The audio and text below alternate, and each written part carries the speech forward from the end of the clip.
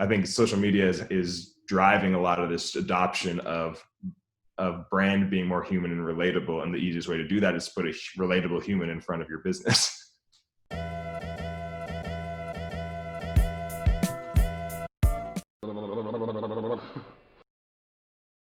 you know Austin Allred on Twitter? No?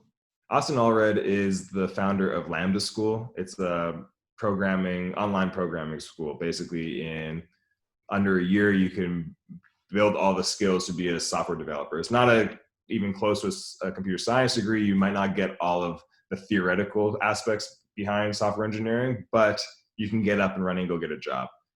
He is so active on Twitter, and he's very much just himself, but he's also a little combative. He fights people on Twitter essentially, and he's putting out pretty controversial opinions. But during the time that I've been following him over the last 2.5 years, maybe, his following has grown by, I don't know, maybe 100,000 people. I don't know exactly how many followers he has, but he's grown his following a lot. And his following is directly correlated to the success of his business, because the more people hear about him boldly making claims about his business, being confident in denying other statements on Twitter, he has grown the profile of his business, where now people, it is a cultural phenomenon on its own in tech. How do you, should you go to Lambda School? Should you go to other boot camps? Should you go get a computer science degree? And a lot of the conversation circles around him. That's because he's just unafraid to be vocal. He's not necessarily right. He's just vocal. But that doesn't change the outcomes for his business, is that you get more attentions, you get more top of funnel awareness. And as long as you have a funnel that's optimized, he's just getting more people in the top, which means he gets more people out the bottom. It's a really interesting strategy, and there's no one right way to do it for your business, but you can leverage the channels that make sense for you, that you're comfortable in, and put your brand, your personal brand, in alignment with your business brand, especially as a founder or CEO. I think we see this also with the company Away, the travel brand. Their CEOs, or their CEO and CMO, are both very public facing. But one of them had, when this whole fallout happened at Away a couple months ago, one of them had personally, her personal brand went down, and the other one had to kind of step in to take over. But their faces have been so tightly accompanied with the brand over the whole development over years that now things that happen inside the company that are their responsibilities also reflects poorly on them, or better on them. It just depends. These are the risks of attaching a personal brand to a business, but it also creates accountability. And it makes maneuvering a little different than just putting out a memo. A memo is not as good as a person coming out on a video and saying, apologizing or taking responsibility for things. So the whole landscape is shifting, especially with social media. I think that's the big impetus for all this is as well, is there's so much more access to people. The news cycle is a lot faster, and things spread a lot wider, much more quickly. So yeah, I think social media is driving a lot of this adoption of brand being more human and relatable. And the easiest way to do that is put a relatable human in front of your business. You want to make your sales more repeatable and reliable? Do you want to have less volatility and more growth in your revenue per month? At Strategy Sprints, we do only one thing: strategy in sprints. Strategy means having more revenue through a better offer. In sprints means having more energy in your team every week. Check out if your ROI is as high as it is for most service-based and online businesses and startups we work with, which is over 100%. You can see it in just 15 minutes by going to strategysprints.com/sales and completing our online exercise to know what your ROI would be with our accelerator program. We are ready to sprint. Are you? I like the way you are building your brand and leading your field. I have the impression that you did really focus on one channel, but then you are consistently delivering one category, direct to consumer. So this is DTC news 1, 2, 3, and it's like you are consistently shipping something there, and you can see it grow very nicely. And you are you. You're not replicating any formula or any archetype of marketing. Can you tell a little bit how do you do it? Yeah, I think one is, okay, well, when I started really getting on Twitter, which was maybe a year ago, I started writing. I was just writing random. I mean, I've been on Twitter for like a decade, but I wasn't really using it until about a year ago. And I started writing these threads, these little like teardowns of brands that I saw. So, okay, what about their social media strategy? What's happening on their site? And I've been working in product and e-commerce for a while, so I thought, okay, well, I know this stuff. I was doing it every day, so let me just tear these things down. These things are pretty basic and standard from my perspective, not diminishing the challenge there, but I was very comfortable with it. When I started writing this stuff publicly, maybe I had like 6 likes on the first thing I put out. And then the next one I got 10, and the next one I got 40, and the next one I got 80. And then it got 200, 300, 400 likes, and they were getting shared all over the place. But it was about being consistent with writing threads for a specific customer on a specific channel and making myself known, doing that every week for months. So when I started with nothing, by the time 3 months had happened, I had grown a following. People expected me to deliver threads. They expected me to deliver insights on a weekly or bi-weekly basis. Now, here's the other part I'll say.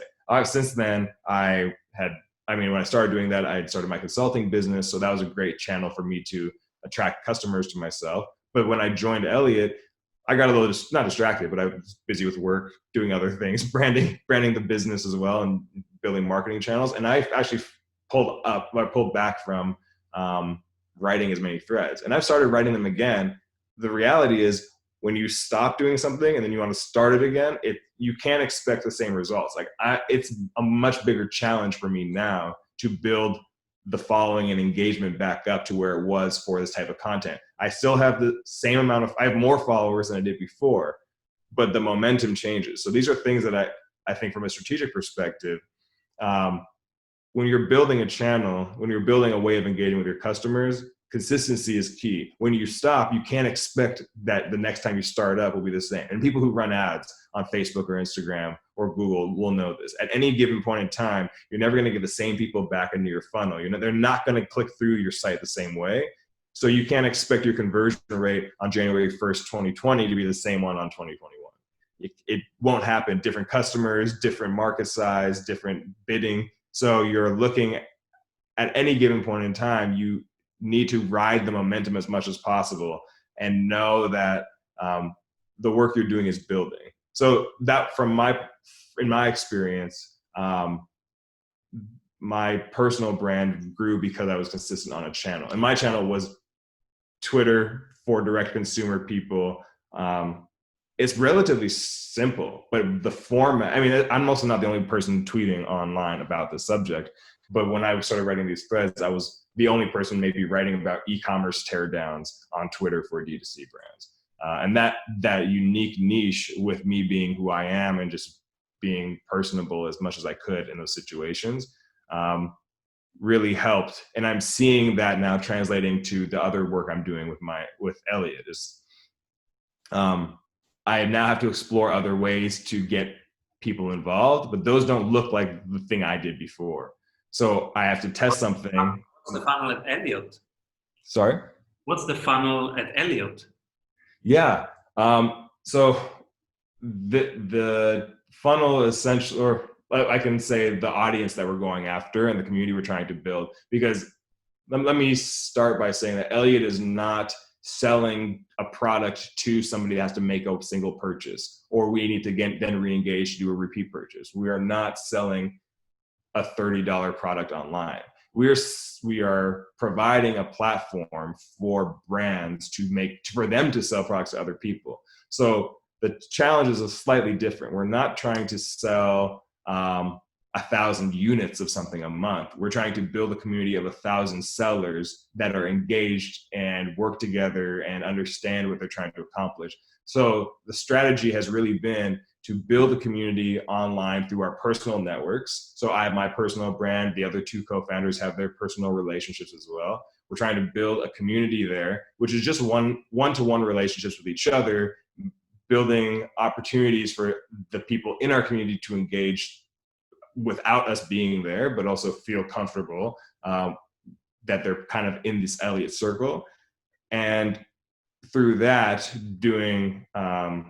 we're doing things like the virtual mall. We're going to be launching a shoppable marketplace with some of the brands in this virtual mall experience. The virtual mall is a spreadsheet, by the way. It's a Google sheet that people can go in and edit and add their own stores.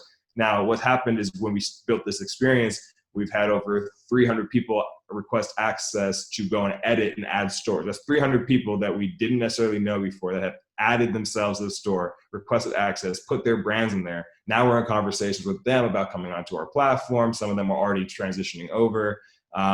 Then we have different experiences and shopping sprees that we're running in the virtual mall. This whole thing is really about community building, but you can't do just one of them. You can do one, and then you have to build on top of it with the next thing, and on top of it with the next thing. But you have to be consistent about delivering those community building experiences, continue to build the brand with the same group of people over and over again. Now, this is for when, in our mind, we're saying, how do we get 1,000 to 5,000 people that just love us and evangelize for us? That will get us to where we need to go next. That is different than if you're trying to sell a product, but this mindset is the same. Is how do you build opportunities for them to come to you and engage with you versus you having to go out and reach out to them cold? And that doesn't necessarily mean that each person has to come in, but you get somebody to engage with you in a way that makes them want to go re-engage one of their other friends and pull people in and build a network and community. Now, I actually put out a Twitter poll, I think like 4 or 5 days ago, which asked the question, are you building a community or are you building an audience? And I think the difference is an audience is one directional. It's a microphone, or it's a megaphone in one direction. You're talking to people and you're hoping they make a decision, and you don't really get to influence their decisions once you've said something. And the community is actually quite circular, and you don't really know who started what. I don't know if it's me that started one of these projects or it was an inspiration from what somebody else said that made me do this, that brought them into the loop, that made them tell somebody else. And it's kind of just, it goes, and you have to just ride that momentum. So yeah, I hope that was helpful. Absolutely. We all know that working in sprints is better, but how do we know what we should work on? You're in luck because we have a 15-minute exercise that will give you complete clarity on where to take your project next. Go to strategysprints.com/sales to complete our short exercise and meet one-on-one with an expert sprint coach to identify your #1 bottleneck. Hey everyone, I hope you enjoyed that episode of The Strategy Show. Make sure to like this video below and subscribe so that you can stay up to date with every episode of The Strategy Show. Get daily CEO tips from CEOs for CEOs.